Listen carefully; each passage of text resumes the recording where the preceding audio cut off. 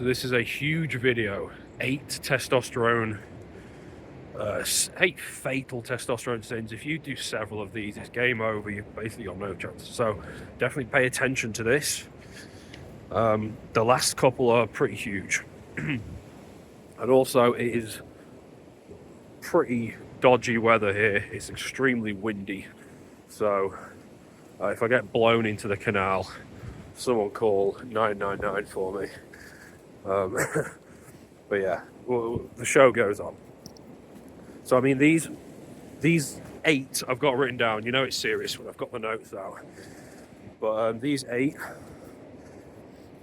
are the common ones I see with clients. So the common ones I see on guys who follow me on X, Instagram, and if you do, to be honest, if you have any one of these that is bad enough, it's enough to wreck your testosterone. So we'll get into these now, and I'll kind of explain each one as we go along. And if you reverse these, it kind of goes without saying that your testosterone is going to go up significantly. So the first one is sleeping like CRAP. You've seriously got to get to the bottom of why your sleep is, why you're not getting 7 hours plus. Some people it's light related, some people it's they just have too many pre-workouts. I didn't follow my own advice the other day and I got punished for it. I had a pre-workout about 11 a.m. and it's just too much caffeine. I couldn't sleep properly that night. I woke up at 4 a.m, couldn't get back to sleep. Sleep deprived all of yesterday, so it wasn't great. Pre-workouts, I'm telling you, are not a good idea. Too much caffeine. But sleeping like CRAP is going to completely ruin the most anabolic testosterone secreting time of the day / night. So you can't afford to keep doing that. You've got to find out whatever the cause is, reverse that, and you'll reverse the problem. Whoa. Processed foods is number 2 that tax the liver. Alcohol's an obvious one there, but taxing the liver is a problem because it is probably one of the most underrated organs in the body for overall health because it cleans out all the junk. Most people are putting more junk into their bodies than ever before. Processed food, the liver struggles to process processed food. It's kind of like, what the hell's this? But hormonally speaking, this tends to ramp up SHBG, tends to ramp up inflammation as well, both of which can reduce total, but especially free testosterone. So you want to avoid the processed food, keep it natural, basically. Keep your liver healthy, it's a big one for all things hormones. It can also play into estradiol. If you've got a dodgy liver, you tend to aromatize more testosterone into estrogen. Problems all around. The third one is lots of guys seem to have there's nothing inherently wrong with having some faster digesting carbs that ramp up the insulin if you're training a lot. Especially there's some of these Instagram dudes with big followings who are like models who go running all the time. There's dudes who do loads of kickboxing, loads of martial arts, loads of cardio, and you can have a load more bread. I mean, bread still isn't a good idea, but you can have way more rice, you can have way more grey area carbs because they're not going to impact your insulin the same way as the dude who sat down all day working at the office and then still has the carbs anyway. Obviously you've got a very high likelihood of ramping up the body fat percentage doing that, but the insulin itself is seriously squashing the testosterone production. So it's partly an insulin thing, it's partly a body fat percentage thing. You've got to earn your carbs. Protein should always be high, fat quality should always be good. Carbs are earned. The fourth one is masturbating daily. I don't have any extreme views on this, but yeah, if you're spiking your prolactin every single day, yeah, that is going to accumulate. It's going to get in the way of testosterone production. So to give you some numbers, I had a goal for a while to get my prolactin below 5 nanograms per deciliter. I've done that, and it's helped, like I thought it would. Even if masturbating once or twice a day takes your prolactin beyond 10, which it probably will do if you do it for many, many months, certainly over the years, that will squash your testosterone. It will limit your testosterone directly.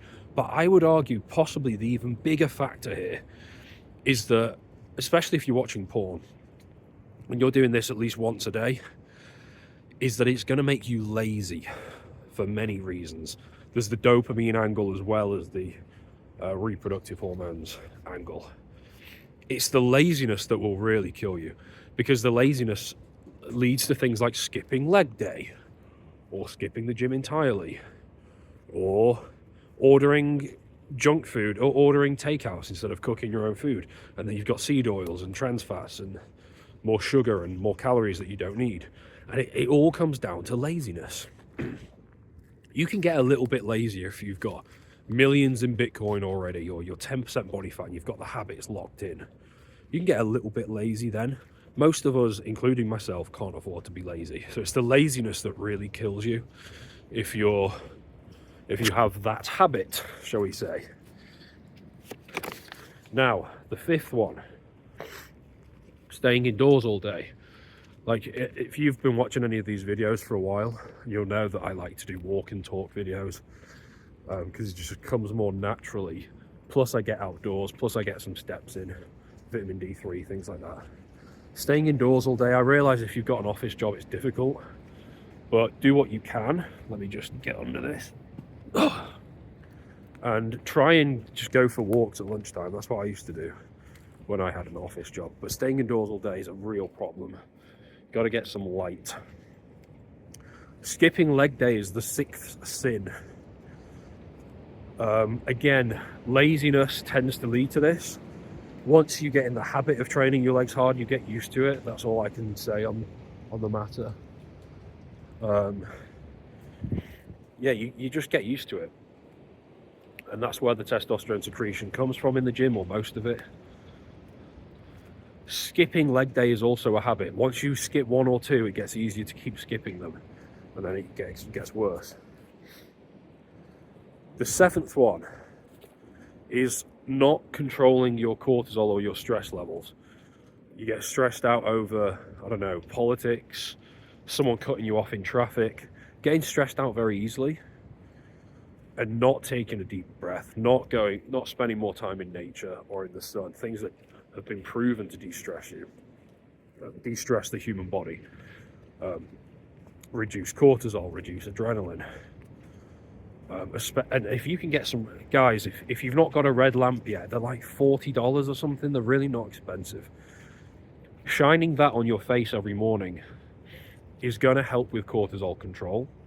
You have the initial spike in the morning, but then the cortisol levels come down in the evening, which is what you need. And then it helps with sleep. And then when you're sleeping better, your cortisol comes down further. Like, it's a positive, ongoing spiral. So get this one, really, I will call it getting stressed out very easily and not addressing that stress response. Because there's the psychological element and there's the physical element. Going for a run is a really good cortisol controlling thing. The problem with running all the time is that it can get in the way of leg training, and there's many other types of things that can control cortisol. Cold showers in the morning, that's another one. If you're going to do cold showers, do them in the morning. You don't want the cortisol spike in the evening, and the adrenaline from all the freezing cold water, especially in the winter. It's pretty grim. The eighth one is refusing to meditate or read before bed. I'm telling you, reading a fiction book, you don't want to do it. because it's not going to give you the dopamine spike that you're used to from YouTube Shorts and Instagram Reels. But I'm telling you, if you're serious about testosterone, you're serious about improving your sleep, it's one of the biggest things that will help your brain to switch off. We're all such dopamine junkies, but it's harming us big time. If you really don't want to read a book, some sort of meditation, switch your brain off. It's good to have an active brain during the day. It will murder you. It will literally kill you, and it will kill your own sleep and your own health and your own hormones if you don't know how to switch it off. Most people, they're always scrolling, so they don't know how to switch their brains off. They're completely plugged in all the time. And, well, I think it was the tapes that called it the TikTok brain. And it's like, yep, that's exactly what it is. It's TikTok brain, it's scrolling brain, I'm plugged in all the time and I don't know how to control my own brain. Everyone's got ADHD these days. Literally everyone's getting diagnosed with ADHD. It's not just a genetic thing. It's people, they can't switch their brains off. If you read a fiction book before bed and you just put your phone in another room, it'll make it so much easier. You'll sleep better. Your attention span will be higher. Your testosterone will be higher because you're sleeping better. And you'll probably be less stressed as well, because your brain gets to slow down a bit. But these are the 8 things I would say you want to, if you have these problems, you want to reverse them, do the opposite. And your testosterone levels, honestly, I should do a video on this. Sometimes you've just got to do the boring stuff if you're serious about improving your life. You don't want to train legs because it's not exciting. Your testosterone levels don't care. You don't want to read a book before bed. Your testosterone levels don't care. Like, you have to do the boring things sometimes because these things work. Like, leave the dopamine, quit the dopamine for a while. You'll find it so much easier. Anyway, if you haven't watched the competition video, I seriously think you should watch it. Competing and losing, especially if it's physical, has the potential to increase your testosterone. Obviously, winning will do it more, but competition is very important. A lot of men are missing it these days. Check out that video, you'll find it useful.